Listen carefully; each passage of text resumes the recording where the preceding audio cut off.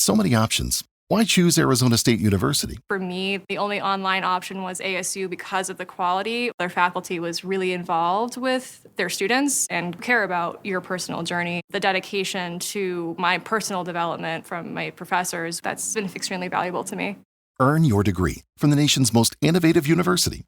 Online. That's a degree better. Explore more than 350 plus undergraduate, graduate, and certificate programs at asuonline.asu.edu. Hey, girl, hey!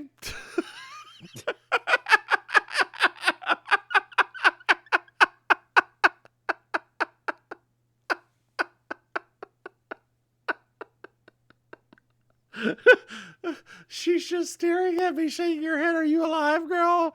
I'm alive. Are you okay? I'm fine. You seem almost traumatized from that last episode. I was not. Okay, I'm just making sure. It wasn't You trauma. seem a little bit trauma. I mean, where's this shit start? Oh, this is not that many pages for this episode. Wow. Well, there's not a lot that goes on in this episode. There's really not a lot that goes on in this episode. Not really. Oh, girl, let's talk about some things before we get going, though. In this, Okay. Oh my God, my ears itching. Oh my God. Okay, better.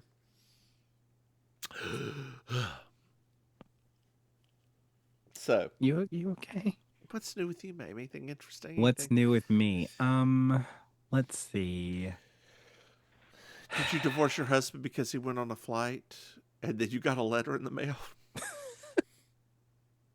Wasn't that crazy? Hilarious. That's a I joke. thought that was, and also I was like, how is it that neither one of us has heard of I this know, right, before? right. That seems like something we definitely would have known about. So, dear listeners, what we're talking about is there was a wonderful Broadway Instagram page that talks about hidden facts, and I guess Jackie Gleason did a big musical in the '60s that it was called like "Come Fly with Me" or something like that. Yeah. And they did a song that was so popular, it was huge. And they did a flight promotion with United Airlines where basically husbands could take their wives on these trips. You know, For that's half why they off, call it yes. for half off. That's why they call it "Come Fly with Me." And but it became so popular they started just doing it for free for the wives. And to thank all of the wives for, you know, being good sports about this, they sent them all thank you letters to all of these husbands' wives. But unfortunately, into the hundreds, a lot of women got these letters, and they were not the ones that went on the flights with the husbands. So, so one particular musical was responsible for hundreds of divorces around the country. So, girl, speaking of music-ish, for my husband's birthday, which is September, but I decided to get things going a little bit early. I bought a turntable. Aw. So we've got a record player in the house now. We went on a little adventure to find what his first album was and my first album that you know we're going to have, which technically my first album is a 45 of Express Yourself by Madonna, but we won't get into that faggotry. Oh, yes, okay, good. It's over a minute. Girl.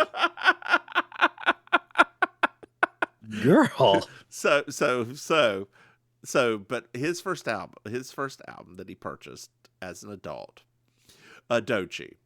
I love that, right? That you can get that stuff on vinyl. It's so cool. It's so good. Our rule is we can only buy albums of things that we will listen all the way through because it's, you know, a pain in the ass to find. It's an album. Yeah, Yes. Yeah. My first one was Public Towards Ecstasy, Sarah McLachlan. Oh my God. Look, it's a good album. It is a good. I didn't go to Lilith Fair. Did you know that album? This girl is never gonna let me live this down, even though it has nothing to do with me. Well, Like, I had the in our old friend structure, I had the least amount of power in our entire friend structure. Like, I know. Are you I kidding? know. And I was I was like the last one even added to that whole like me and me and like somebody's girlfriend, like we were the last ones really included in all of that. We didn't even know you guys were hanging out there and stuff What, hang out where? at the coffee house.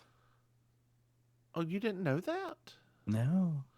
Oh, I don't know how you didn't know. Because that was when we were having our little you were too busy finding yourself with your new lady friends. That's when you were having your little moment of No. This was that. That didn't happen till after. Till after Lilith Fair? No, the coffee shop. Sorry, the coffee shop happened before that. The coffee shop happened well before that because I started going to the coffee shop when I was 16. No, I know. And that what you're talking about didn't happen until I was 18. 17. No, you and the lady friends? Yeah. No, you were starting to make your lady best friends like in our freshman year of high school. Oh, yeah. Okay, yes. Okay, you're talking about those. I thought you were talking about my and that's lady friends. No. Okay. I'm not gonna talk about that. Why would I do that? No. Okay. Girl. I don't know. I don't ever want to talk. Oh, that's probably why I didn't even think about mentioning it to you, because you wouldn't have been able to go out.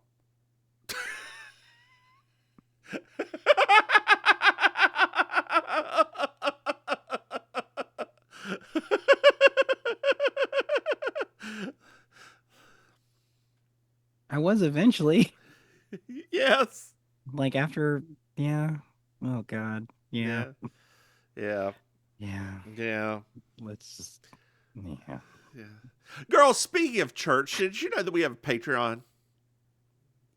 Dear listeners, if you go to patreon.com/Mims and Maim, you can throw some money. Hey, Maim. What? Do you know we have another podcast? That's right. It's Baking Sugar. It's our Deciding Women podcast. Hey, Maim. Yes. Do you know we have a website? No. That's really? right. It's mimsandmaim.com. Hey, Maim. Yep. Do you know what I love? 5-star reviews. I do. This episode's not going to get one. It is not. This is season 5. Episode 16. Truck stop.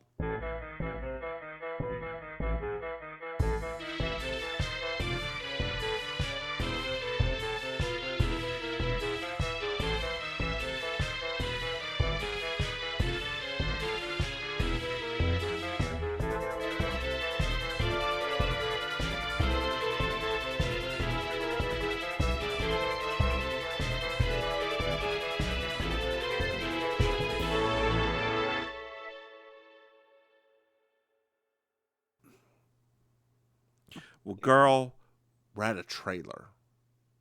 Trailer? And it's not even a trailer. It's like a camper. Yes.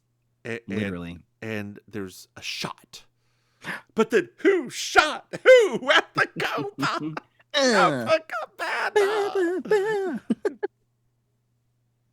A man steps out. A man? A man. If I had hairpins, I'd throw them right now. That's one of my favorite sight gags. It gets me every single time when Brunhilde, like the hairpins come out from all over her body too. Every time. He's been shot. Oh no. He drives off. That's not safe. I know. You could So, girl. die. We're at the truck stop. Man with the shot goes into his room. He lights a cigarette, and then he starts a recording in a very noir voice that he's not going to make it. And I guess you want to know who shot me. Well, it's kind of a story. Oh, okay. Well, go ahead and get started. Well, the sheriff shows up. It's evening. Sheriff shows up. And JB's here. And we found out the man's name is Walter. He showed up about an hour ago. Let's tell the audience, because some of the audience might know about his other show. But Mike Connors, who was famous for playing Mannix, for anybody that's old enough to remember that show. Girl, nobody who listens to this is old enough to remember that show. Oh, okay. You are old enough to remember that show. It's from the 60s, right? I don't know why you look agag and aghast because of some of your favorite shows of all time. It's fine. Like, what is that one that you really like? Which one? There's so many. The cop in a cop show from back in Dragnet? not Dragnet. Everybody loves Dragnet. Oh, like Car 54, Where Are You? Not Car 50. I Sorry. forgot about Car 54. Where are you? Okay, that was my entire personality for a few years. Are you kidding? I wasn't gay enough for your entire personality.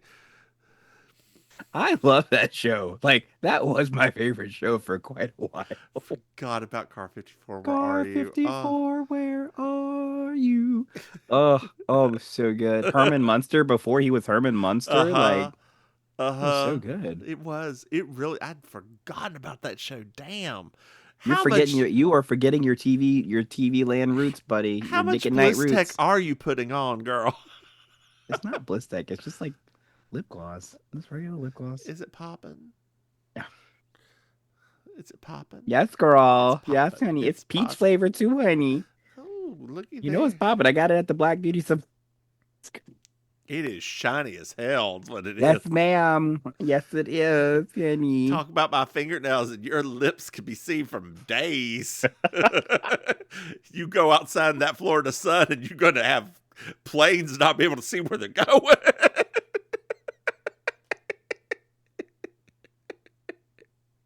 Why did the plane go down? Popping lips.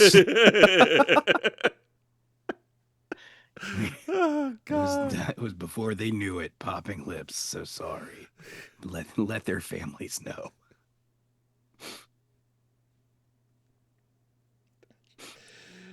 This episode. Well, they go inside and Walter's dead. Oh, dang. Yeah, well, end of episode. It's not. Oh, God. So we go to the sheriff's office and then we begin playing the tape. It was a long time ago when I met her. So long ago. And we're in a black and white flashback. Girl, another flippin' flashback episode. But this one is in noir. It's like a combination of a Tennessee Williams play and noir. It is whackadoodle. I've been waiting I've been waiting for this episode just to hear you talk about this. So really? Because I know how much you hate. Look, the thing is, when I was watching it, as soon as it started, as soon as it transitioned, I was like, I can't wait. So it's hilarious because I don't mind noir. I don't mind Tennessee. I love Tennessee Williams. I love his plays. Mm-hmm. Mm-hmm. If you ever have a chance to rent it or find it online, John Malkovich in The Glass Menagerie, astounding. Interesting. Yes. Okay. It is. We watched that in my college English class, like American English class. Fucking astounding. Okay. No, that actually sounds interesting to me. He's such a great actor. Turn that light out, Jenny. Turn that light out. Yeah, he's such a great actor. I could be in a Tennessee Williams play as the whore. You could. You would literally just be the confirmed bachelor brother-in-law. Stella! That's all. That's it. Like, where would you be placed in the hierarchy of Tennessee Williams things? Girl, she wouldn't live very long. Is there not a gay slut in some of them? I could be that. She wouldn't live very long. In fact, she wouldn't even be on camera unless there was a flashback. Well, speaking of flashbacks, he was talking like it's a screenplay, and how I took this was it was a screenplay, but he was not that good of a writer. Like so they were going to Vegas. They were in Vegas. Right. and he's screenwriting for JB, and they were going from Vegas to LA. She wanted to take a plane. He was like, nah, girl, we're going to drive. Well, they decide to pull into a random ass truck stop. Super random. Girl, this is like a 3-hour drive. Yeah. It's not quite that. It's longer than that. Maybe it's 5 very or 6 random. hours. Oh, also though, he's very distracted because he keeps looking down at like piece of paper. Yes, a little piece of paper. Well, there was a woman he hadn't seen in 16, 25, 34 years. Wow. Her name is Vera. Hello, Vera. And she's married to the owner of the diner. You get in your ass down. Like, it's... I love it. I love how ridiculous he is, honestly. The thing my husband said was, he's probably the best actor in the group of them. I mean, yeah.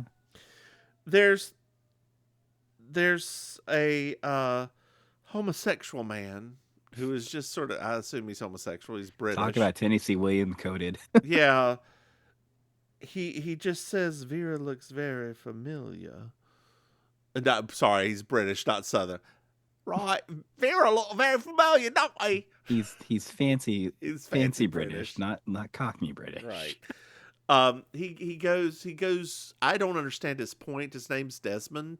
You don't find that until much later, and he just Girl, sort of there. I don't understand literally most of what Desmond does in this episode. Like, it is subtle to the point of, what's happening with you, Desmond? Why is he here? What are you doing? Like, literally, like, there are multiple times in this episode where I'm like, what are you contributing right now? I don't understand. Nothing. But they make him seem so cryptic and all-knowing, but also he's not saying shit. But he's doing it with a posh British accent. Right. I've referred to him as the homo gay in my notes. I mean, that's pretty accurate. Yeah, I mean, he's definitely got the he's definitely got a pool boy somewhere. He's got a pool boy somewhere. If the ascot fits, you best quit. Jeez. No, girl. Don't quit. Quit. She did something. Well, 2 youths show up on a motorcycle. One of them is... Now, all these people remain unnamed except for Vera. But we find out later her name's Flora. Well, I thought she... Oh, that's true. We find out the boyfriend's name later. It's not in this part. It's terrible. Grange, I think it is, or something like that. So, Flora is their daughter because she's behind the counter taking money. Vera's like, you should give her an allowance. Instead of making her work for free here at the diner. And Walter's kind of interested in her, and because he looks like his mom, and she is, and I quote here, all mixed together like a Cantonese dish. So terrible. Walter needs to be chemically castrated. Well, the youths get back on the motorcycle and drive off. Anytime I say youths, I don't know if you watched her show. Oh, God, what is her name? I have lost her name. Tall, awkward British comedian. Female. Miranda. Did you watch Miranda? Yeah. Anytime there were some kids around, she'd be like, the youths! And she would run away. What is every time I hear the word youth, I can't help but think about My Cousin Vinny. Like, that's the first reference the Utes every single time. There's no way it could have been that car. Pause attraction. Win your Oscar, girl. That movie still holds up. It still holds up. It still holds up. Still. Oh, I know. I watched it many times, girl. I love it so much. Many times. It is a great movie. But I always, anytime it's on television or wherever I catch it, it's always about halfway through. So, it's always the point that he's sleeping in jail and able to get sleep. Yeah, because the first half's actually quite funny too. I mean, It is. The whole thing's funny. Like it is. Dear listeners, if you have not seen My Cousin Vinny, go out to your local Blockbuster and rent My Cousin Vinny. oh my god, don't say that. So I have Maim. I have a YouTube channel for you. Okay. It's a cinephile who talks about film history. Okay. Be Kind, Rewind. It's already I already like how it sounds. She just did a special on the Karen Carpenter thing that was done with dolls. The Karen Carpenter story that was done with dolls, which is the director of Carol. His first like film was the Karen Carpenter story as done with dolls. I had no idea. And it was apparently amazing. The brother sued to get rid of it and make it be hidden. Because I mean, it is a very tragic story. Yeah, and it puts him in a shitty light. But like in this movie, he slowly like chisels away at the doll's face to make it look like Karen Carpenter's slowly dying. He burns the brother's face because he's getting more and more. Yeah, it's. I highly suggest it. Be Kind, Rewind. I will, if you do not remember, I will share. Yes, please. The link with you because I think I've watched 3 or 4 of her things now, or their things now. All of them fantastic. All of them fantastic. I'm into that. Please send it. You know what? Before I forget. Yes. I'm going to go ahead and do that now. Do it. Do it. That sounds like that right up your alley. Like that is if anything was made sounds for like it'd be really nice. Yeah.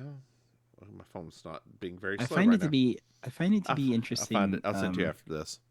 Like it's interesting what you said about how the brother is though, because that it checks, right? Like when you start to think a little bit more about them and their relationship, like obviously everything that happened with her wasn't happening in a vacuum. Yeah. But, they kept going. Like she should have probably taken a break or some time off. She went to treatment.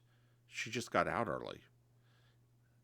And she went right back to her controlling family, and the things just started happening again. Like they could the whole story with like she does the actual story when talking about the documentary as well, or not documentary, but the movie as well. Yeah, it's a mess. It is an absolute mess. Yeah. And then he released a made-for-TV movie about her death as well that was sterile. Of course he did. And like this doll movie, let's go back to this doll. This doll movie was being shown at like treatment facilities, being shown student film, like as actual in film courses. Like it's considered real fucking good. Oh wow. Yeah. Okay, I'm very excited now. Thank you. You're welcome. And you can't find the film. Like it's been buried. It's been buried. The only way you can see it is if you know somebody that has a bootleg copy, because there have been multiple bootlegs made, or if you find like his short films, he's able to display them as part of his work. Okay. But he's not able to list it on there. So if there's a distinct way of being able to see it if there's somebody showing his work and it has a certain number of minutes, you can go and see it. Because the woman the person who was hosting has seen it twice now. And like apparently it's amazing. Never let you think that Mims doesn't give you good recommendations, everybody. She is every once in a while I do. If I find something I like, I will let people know. Well, Walter forgot his wallet in the car, so he goes out there. Tugman, who's the cop, shows up, and the homo inside, or gay person or whatever. I have a different word written right here. Oh Lord. Mm-hmm. The burning sticks. Burning Sticks is here too. He's there searching for the truth. He gets up and then falls out, like in the middle of the thing. Yes. And Vera's like, "You just stay here and have yourself a hot meal and stay the night, and everything will be fine." Hmm. Well, JB goes over to Walter as he comes back in and says, "Get me the fuck out of here. I know this was planned. I do not want to be here. Get me the fuck out here."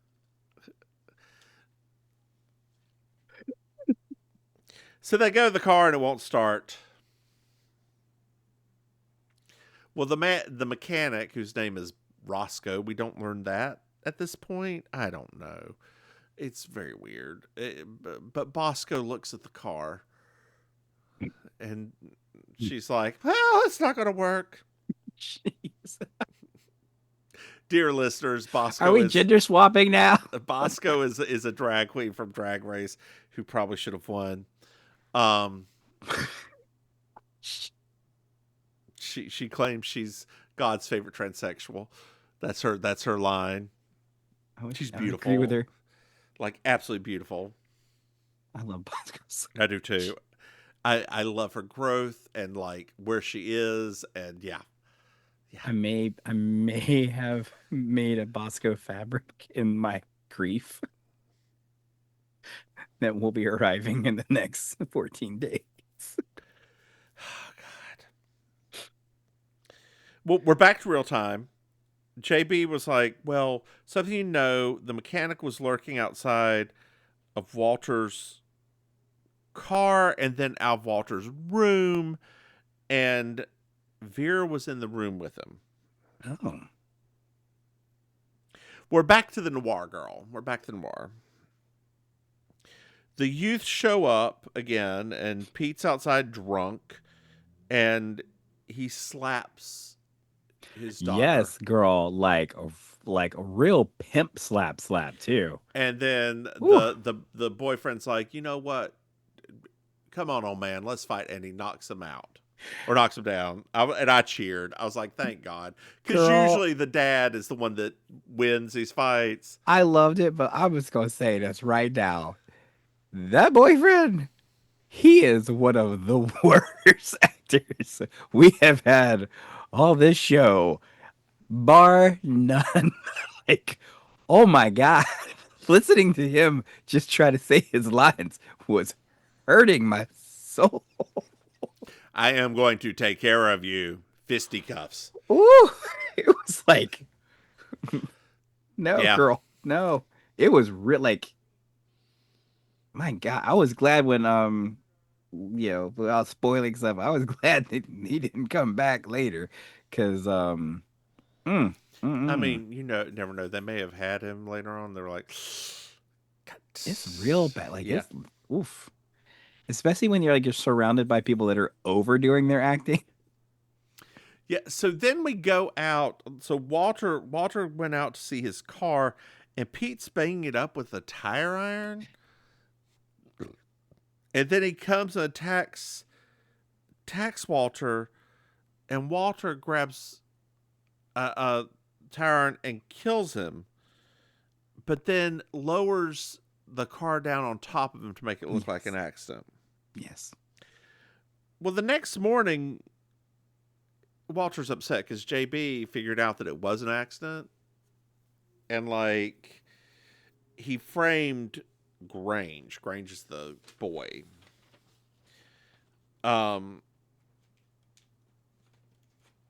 By Grange just randomly drops a glove.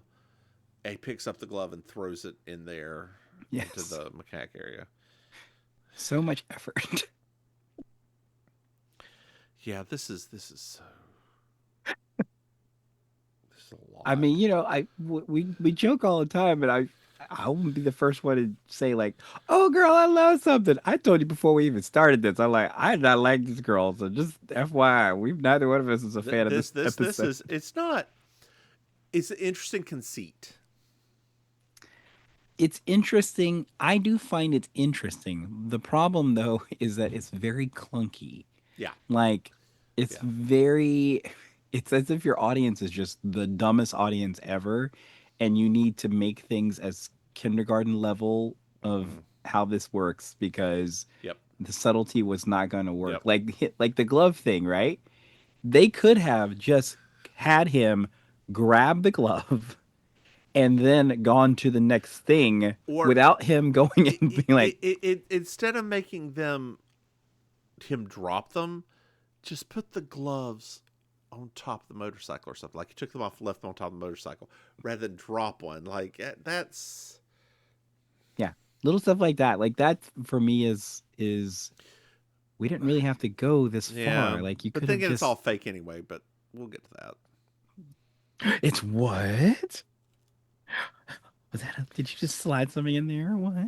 So we're at Walter's room at night. Okay. And Flora comes in and asks if he wants some company.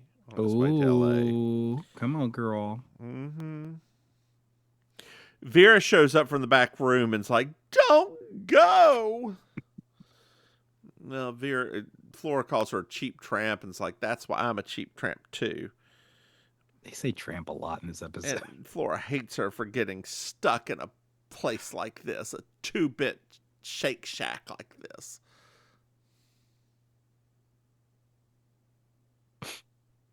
I love Shake Shack. I loved them, but oh no, I'm getting them confused with the other one, the one that's gone all crazy, MAGA. Which one's called MAGA? Steak and Shake. Oh, Steak and Shake went MAGA? Oh. They even had like a special interview with Robert F. Kennedy talking about how he helped them to formulate their new recipes to make America healthy again. At Steak Shack? It's Steak and Shake? Yes. Girl, I remember Steak and Shake. Because that was the place we used to go in Greensboro every once in a while. Ain't nothing healthy there. Oh, I know. But, you know. Now they don't use seed oils. They fry their food in 100% beef tallow. Great for the vegetarians. Oh yeah, yeah. Everything's so I mean, it's all just coded language at this point. But yeah, it was very gross.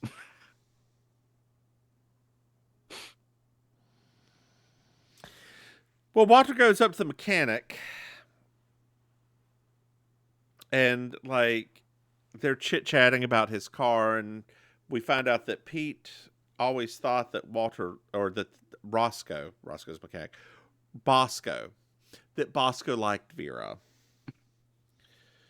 And he's like, "It's very interesting. Somebody disconnected the fuel line in your car, Walter." What?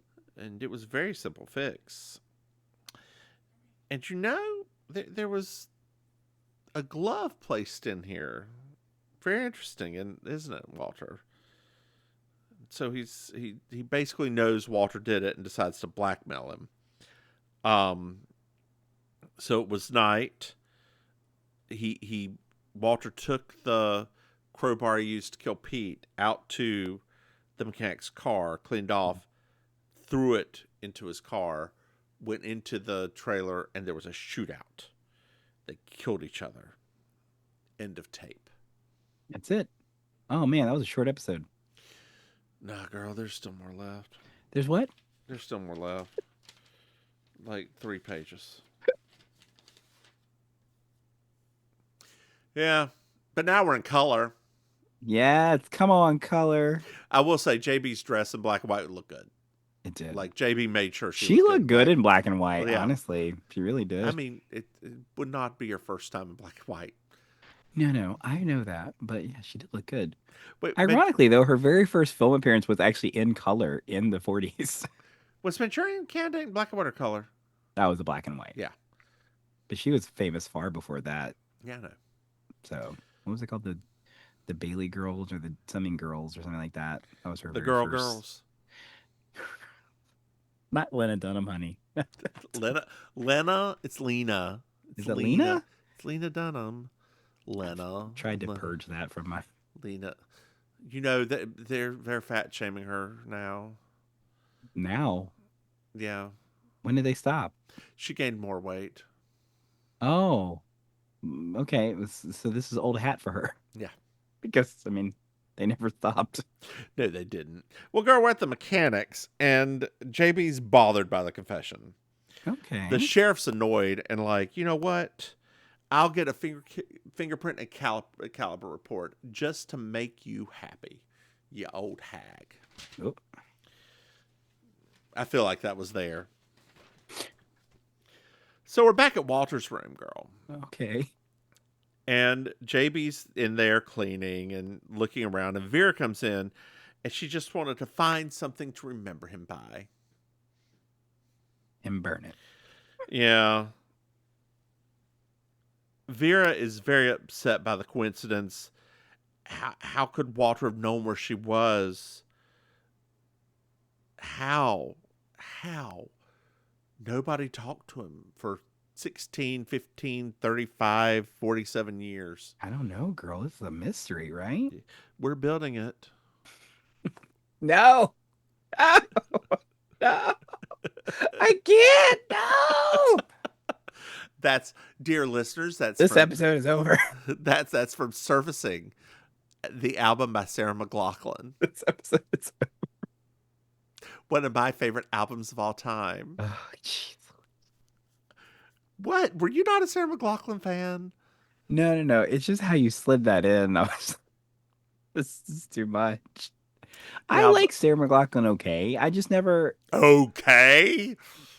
Remember when Sarah McLachlan was popular? That's also when I was into more like the guy alternative music and not like that. Like Dave Matthews and the Counting Crows and Toad the Wet Sprocket and all of that. Like Toad the Wet Sprocket. They had one song. I loved their album was beautiful. Like they we spotted really, the ocean.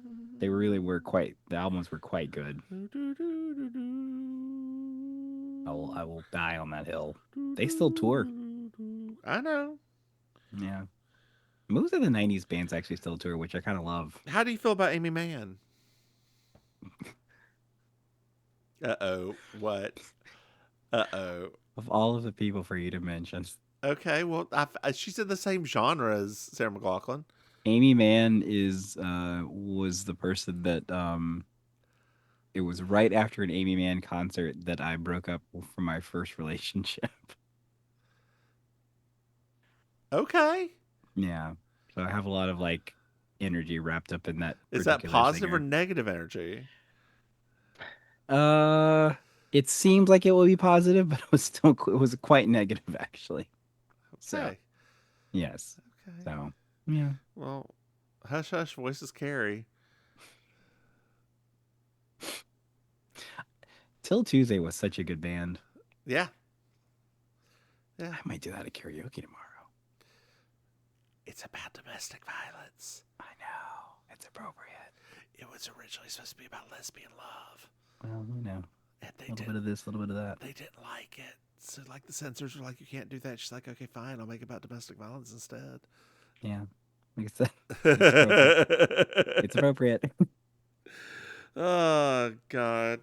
Where are we at here? I think we're going to do It's Raining Men tomorrow for karaoke also.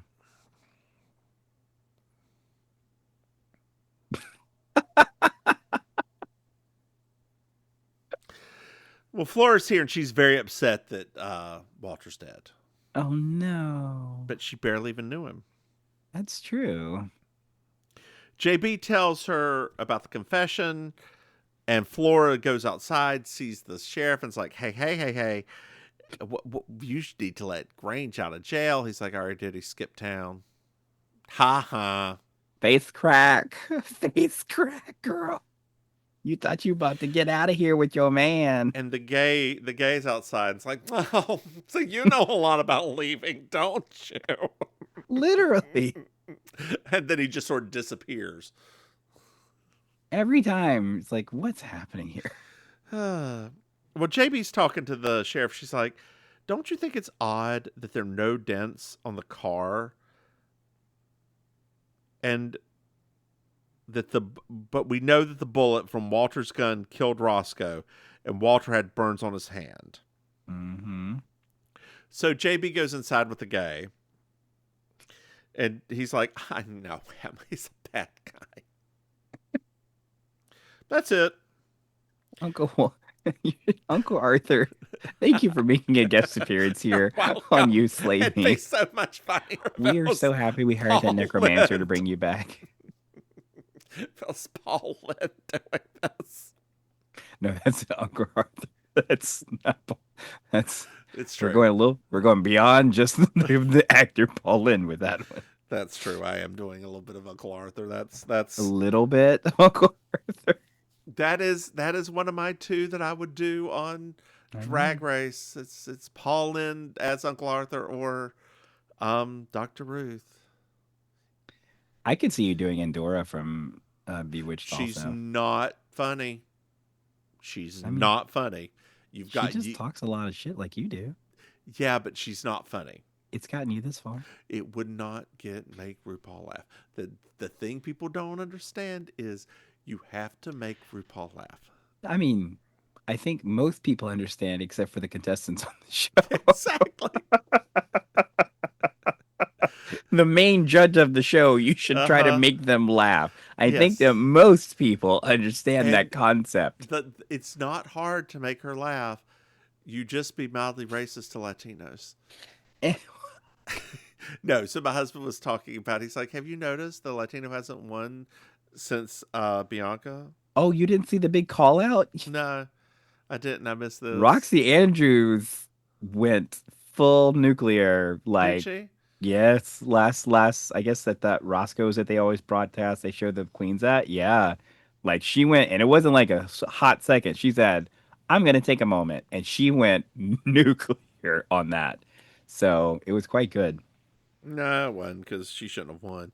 Well, no, I don't think, but what she said was actually quite true, though. Like, okay. How many times there's been a Latin runner-up, like how many times that's happened now. Yeah. So, no, it was good. I mean, it's true, though. No, but Georges didn't win that lip sync. No, she didn't win the lip sync, but, and I think that it's the same problem that the Australian girls had, right? Blatant racism. Well, that too. RuPaul not showing up on set. That also. But like forgetting that you have to tailor everything to RuPaul. Mm-hmm. Like that's just that is a part of the show. Mm-hmm. And so, you know, I know everybody was not everybody. I know lots of you weren't exactly a fan of Anya. Anya tailored her entire run. Yeah. Towards entertaining RuPaul. Yeah. That was it. Yep. And so she won. Now, she was talented, yes, and she did what she needed to do. But, like, when you look at what she did, it was all geared toward entertaining RuPaul. Yep. Who was second place that? I don't remember, girl. No, was it Plain Jane? Or is that the season before? No, they're all running together now at this point. That was Plain Jane. And, she's coming here very soon, actually. Oh, that'll be fun. Are you going to go see her? I might, actually. Okay. They're doing a... remember the one that I said was like the big deal down in Wynwood that has their own show that's probably going to be on the next season. So it's her birthday and they're doing like a roast, and they invited Plain Jane down, which I think was almost like giving it away very clearly that she's part of like the Drag Race franchise now at this point, because for Plain Jane to just show up at our house like that, I'm like, for a roast, I'm like, wait, what? That doesn't make any sense. That feels like she's going to announce that she's on the show at. Well, she can't do it there, girl. They get in trouble for that stuff. Well, everybody knew down there that when Latrice was going. That's true, and apparently she might be going back for the next round of All Stars. Because they're going to do bracket again, and so that is I've heard that from a few people that's going to be the bracket thing. It's apparently been very good for ratings. So, girl, you gotta have a bunch of girls for those brackets. The thing I would have done, the way I fixed it, is the bracket's done. You've got, but instead of having the judges pick who goes through, you do a lip sync from the bottom up, like the kind of like you did for Silky. Yes, and like they have to make, because that Silky Nutmeg Ganache, that was good television. That cemented her like legacy on the show. That Barbie girl was fantastic. Also supposed to come back for the next All Stars. Well, now she got her Ozempic body, girl. So. Does she? I've not seen Silky since Ozempic. Silky's lost a lot of weight. Does she look good? She's lost a lot of weight.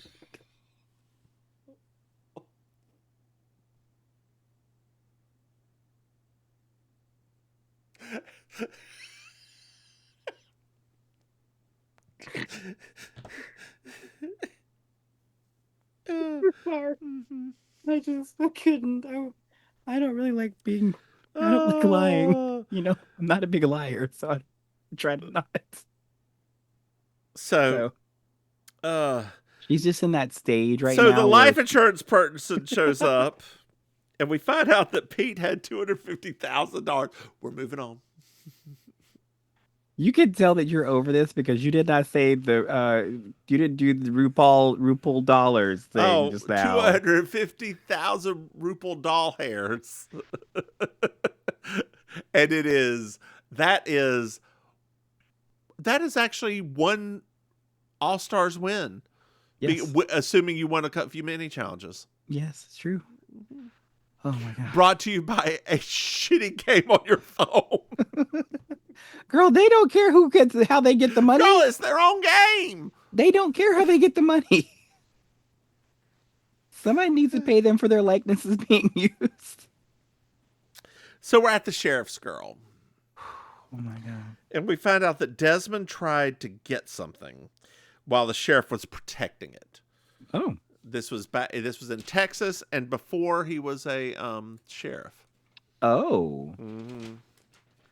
That's what the fellow was very, very subtly hinting at. Uh-huh. So there was something very interesting in the report that JB had. Pete was hit from behind, not the front. Oh. So Walter's story about self-defense doesn't hold up. Oh. And the indentions were not really that hard and may not have killed him completely. So she got hit from the back. She got hit from the back and maybe not very hard and multiple times. Well, that ain't gonna kill you, girl. So it looks like it was a woman. Oh. But we find out something else very important. What? Vera's not the beneficiary. What? Flores. What? Well, that seems weird. He was awful to her. JB and Pete, and the insurance man are in the car, and JB's like, "Look, yo, I think there's something you know. Walter was Flores' dad. Walter changed after Vera told him, because he was about to go fuck her real hard. Even though she's like 16, and then Vera talked him into it, talked him out of it, and talked him into it. Lord have mercy. So then later they said, so here's what's really weird. They did two different things throughout this, and this is not giving anything away, but in one time they call her a minor, and then another time they called her 19. That's how messy this episode was. Oh, yeah. Like, that's how messy this episode was, everybody. That's right, because she couldn't sign because she was a minor.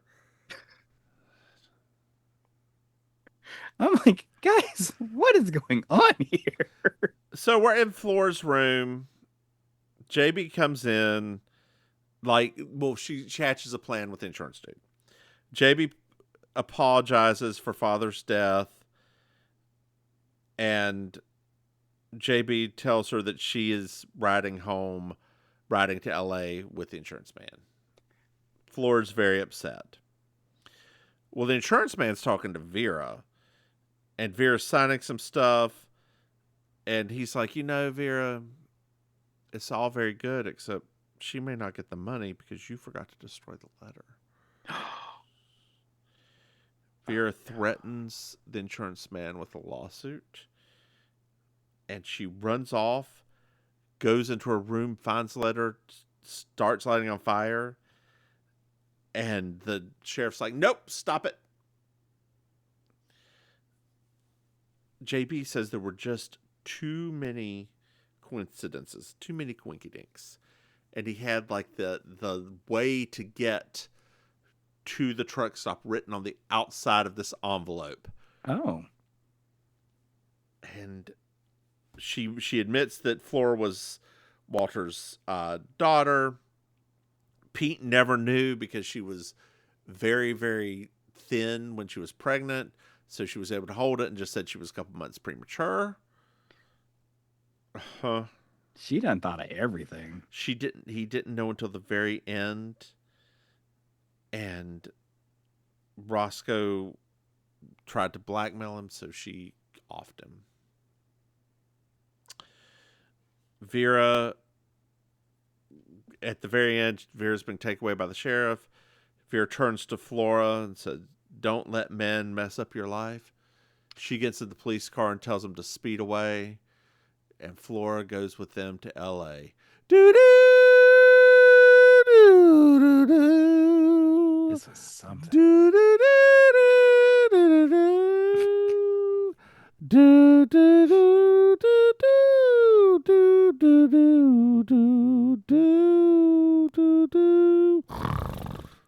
pew, pew, pew, pew, pew, pew. It wasn't boring. It wasn't boring. Did you like this episode, Maim? No. I will say, like I said, it was very clunky. If you're going to do something cool, right? Cool. I know this is not cool to you.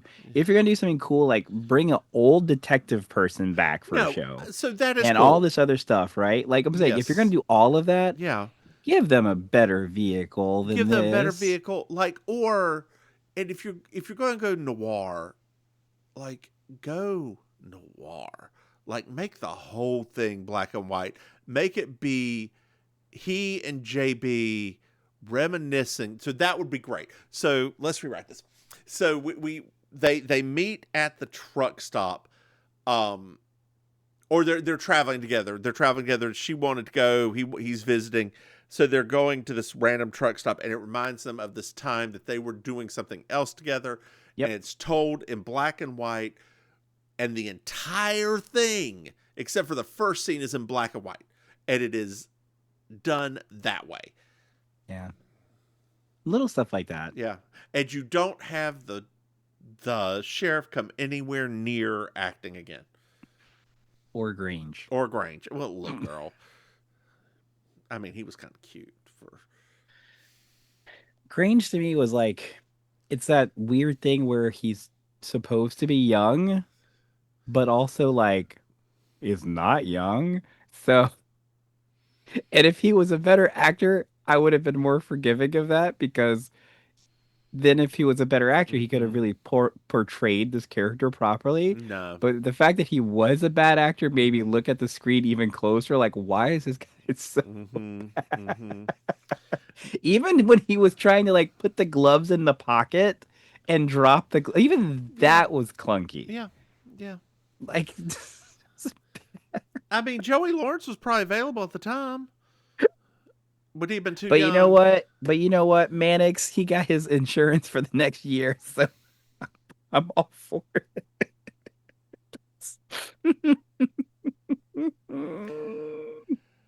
Did I say something wrong? Maim, tell our dear listeners where they can find you. Hello, dear listeners. It's me, Auntie Maim, your favorite relation. You can catch me every Monday night hosting karaoke at the Hotel Gathering in Miami Beach off of Lincoln Road. Anything else that I'm doing, you can find it I'mYourAuntieMaim.com. Over to you, Mims. Hey, I'm the Divine Spinach. You can find me online at thedivinespims.com. Hey, Maim. Yes. Do you know we have Patreon?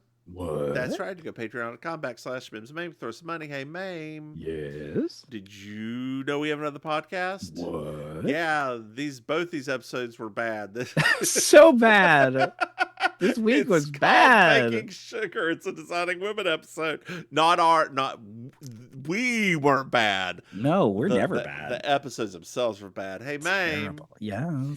Did you know that we have a website? What? MimsMaim.com. Go there. Hey, Maim. Do you know Yes. what I love? With 5-star reviews. That's right, dear listeners. Even though this episode didn't get one, we'd love if you give us one. Hey, Maim. Yes. Do you know our listeners can reach out to us? It always gets to that part where your brain just starts. It's like it clicked. I'm done. I'm tired. It's always at that same.